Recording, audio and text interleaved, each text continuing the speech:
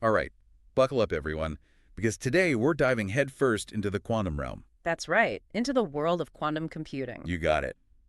Specifically, we're taking a close look at Rigetti Computing, a company that's, well, they're making some serious waves in the field. Definitely making waves.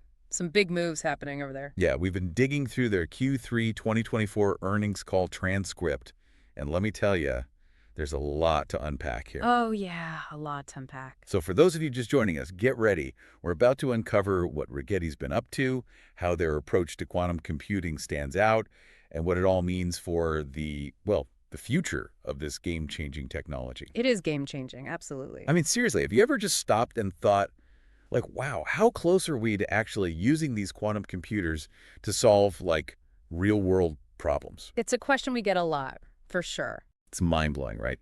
And Rigetti, they're not shying away from that challenge. They've got some seriously ambitious plans laid out, especially when you look at their roadmap for these, what do they call modular quantum systems. Yeah, modular quantum systems, that's a big focus for them. Like by mid-2025, they're aiming to have a 36-qubit system up and running. That's an impressive jump in qubit count. And then, get this, by the end of 2024, they want to roll out an 84-qubit system. They're calling it UNCA-3. Catchy name. And it doesn't stop there. They're even talking about a 336-qubit system further down the line.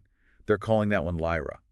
It's like, what even is that going to be capable of? It's pretty wild. And what's really interesting here is their strategy, their whole modular approach. Modular, yeah. What's the big deal with that? Well, think of it this way. Instead of trying to build like one massive giant quantum computer, they're breaking it down. Breaking it down. You're creating these smaller, independent modules that can be connected together. So kind of like, I don't know, building blocks.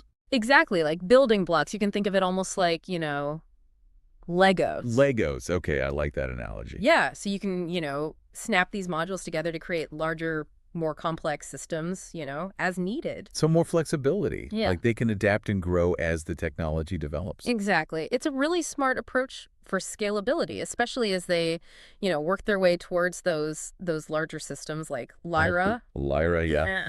That's going to be something else. But it's not just about size, right? Yeah. I mean, Rigetti is also known for using a specific type of qubit. What are they called? Superconducting qubits. Superconducting qubits. Yep, that's their bread and butter. And those rely on existing semiconductor technology, right? The kind of stuff we're already familiar with. Right. Which is really smart, honestly. They're leveraging those well-established fabrication processes, the ones that have been refined over decades. Makes sense. So does that give them a leg up using tech that's already, tried and true? Yeah, it definitely has its advantages. I mean, for one, it allows for faster operations compared to some of the other qubit technologies out there. Faster. Okay, so speed is important, but it's not the only thing that matters, right? I keep seeing this other word pop up. Fidelity? Ah, fidelity. Yes, that's a big one. Break it down for me. What's the deal with fidelity, and why is high fidelity so crucial in quantum computing? Well, think of it this way. Fidelity is basically a measure of how accurately a qubit performs a calculation. Okay, accuracy, got it. The higher the fidelity, the closer the results are to what you would theoretically expect. Makes sense. And this is crucial for a couple of reasons. First, if you have high fidelity, you can run more complex quantum algorithms. And second, it actually helps to reduce the need for error correction, which, let me tell you, is a massive hurdle in this field. Error correction, yeah. We'll get to that in a minute. Okay. But yeah, the takeaway here is that it's not just about building bigger quantum computers. Right. It's about making them work properly. Exactly. It's about making sure they're accurate and reliable. You got to have that solid foundation. Solid foundation. Okay. Yeah. So how is Rigetti doing on that front? Like, what kind of fidelity rates are they hitting? They're actually doing pretty well. They've reported a 99.4% fidelity on their 9-qubit chips. 99.4%? That's impressive. It's very good. And this feeds into their strategy for scaling up, which they call tiling. Tiling, okay. Never heard that one before. It's kind of cool. Essentially, what they're doing is connecting multiple chips together. Okay, I'm picturing it. Like creating a bigger mosaic from smaller tiles. Yeah. So that high fidelity, that ensures that the information passing between those tiles stays accurate. Ah, I see. That's why it's so important for scaling up. Exactly. You got to make sure the pieces are working together seamlessly. Seamlessly, right. Okay, so they're tackling the size, the accuracy, but then there's that elephant in the room, right? Those pesky quantum errors. Oh, yeah. Those errors. Always lurking. And I know they've partnered with a company called Riverlane Yeah. to work on something called real-time error correction. They have. That's a big deal. So what's the significance of that? Like, why is real-time error correction such a game changer? Well, you have to remember that these quantum computers, they're incredibly delicate. Delicate. They're hypersensitive to any kind of noise or disturbance in their environment. Even the slightest thing can mess them up. Oh, yeah, even the tiniest interference can throw off those calculations. Wow, they're divas. They kind of are. So real-time error correction, it's like having a super sophisticated system in place to constantly monitor for errors. Like a quantum spell checker. Sort of. And it can not only detect those errors as they pop up, but also fix them. In real time. Exactly. That's the key. And this is incredibly difficult to do. I mean, it's one of the biggest challenges in the field. But if they can pull it off. It would be a huge leap forward. And Rigetti, they've actually successfully demonstrated this real-time error correction on an 84-qubit system. 84 qubits. So they're making some serious progress then. Oh, absolutely. It's a really promising sign for the future of, reliable quantum computing. Reliable, that's the word, right. So, okay, it sounds like they're making some impressive strides on the tech front. Definitely. But how does all of this translate to, the bottom line, the financials? Right.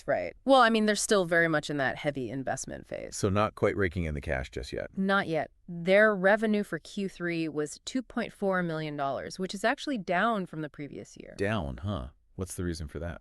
Well, part of it is due to the completion of a contract they had for a 24-qubit system. Oh, I see. And their gross margins also decreased a bit. So not exactly smooth sailing on the financial front then. Not entirely, no. But there are some positive signs. For one, they've managed to reduce their operating expenses slightly. Okay, that's good. And their net loss, it's actually improved compared to the same period last year. So they're moving in the right direction. Yeah, they're making adjustments. Oh. And perhaps most importantly, they've got $92.6 million in cash reserves. That's a decent chunk of change. It is. And that should give them enough runway to keep developing their technology, at least until mid-2026.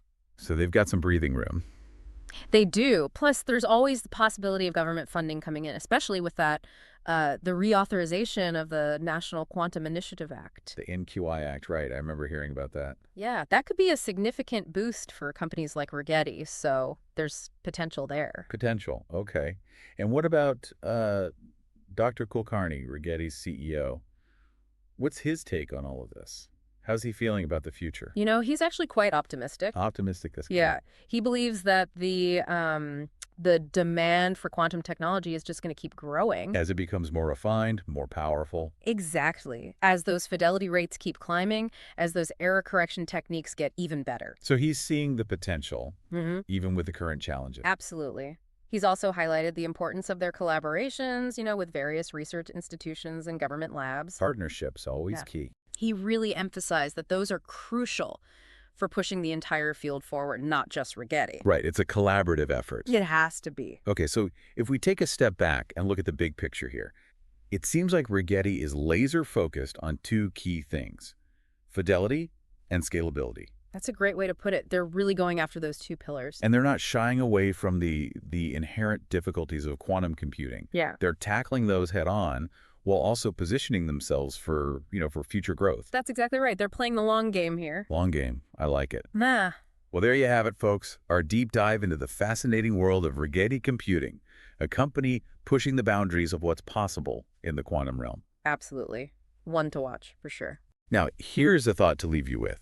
If Rigetti's modular approach allows them to really scale up their systems, what kind of complex problems do you think we might be able to solve? What could these more powerful quantum computers unlock?